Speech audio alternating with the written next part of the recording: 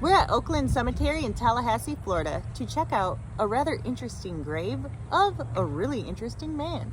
Yeah, this guy was definitely interesting. His name was Calvin C. Phillips. He built his own mausoleum. It was the first mausoleum ever put into this city cemetery. He built it with his own two hands. Apparently, he also slept in the mausoleum before he died and may have even died in the mausoleum. It's very interesting. We can't wait to share the story with you, and we cordially invite you to come along. Come along.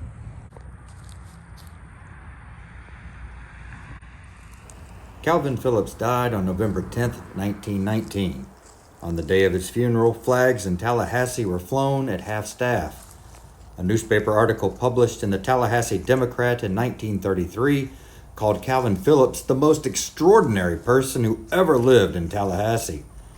Calvin lived in a home he built and designed himself that was known around town as the Clock Tower. That's because the home was built with a large clock tower on top of it.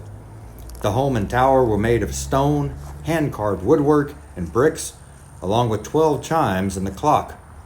Locals say it wasn't long after Phillips died in 1919 that the clock stopped chiming. He designed buildings for the Paris World's Fair in 1889, as well as houses for other people during his time in New York. He had a wife and 2 daughters while in New York, but when he moved here to Tallahassee around 1907, he left them behind. No one knows for sure why. When he arrived in town, he started to work on his home and also on his mausoleum, which may have been the first grave ever in historic Oakland Cemetery. He spent many hours building his mausoleum, sometimes spending hours a day inside it to stay out of the Florida heat. He even had a resting cot set up to sleep on in the mausoleum. And on rare occasions, he would startle a person walking by who would think he was dead. Former Florida Governor Leroy Collins wrote a newspaper editorial about Phillips in 1985 called The Tale of a Man Obsessed with Time.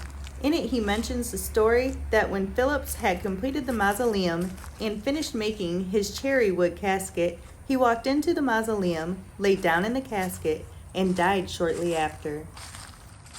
In April of 2000, vandals broke into the mausoleum and took his skull and perhaps some other body parts.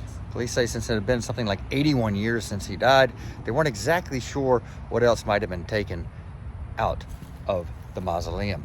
The police did say that many people had tried to break into this thing over the years, but that was the first time someone had ever been successful in actually entering the mausoleum. Now, why they would have taken the skull or any other body parts, no one knows. Also, that case has not been solved to this day.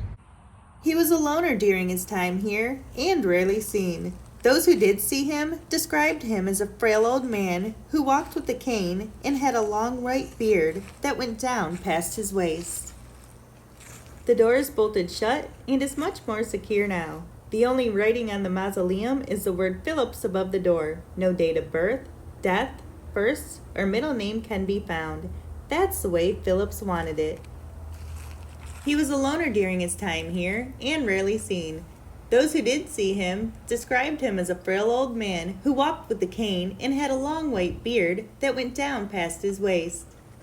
If we could add some words to Phillips' mausoleum, we would simply say, gone but not forgotten.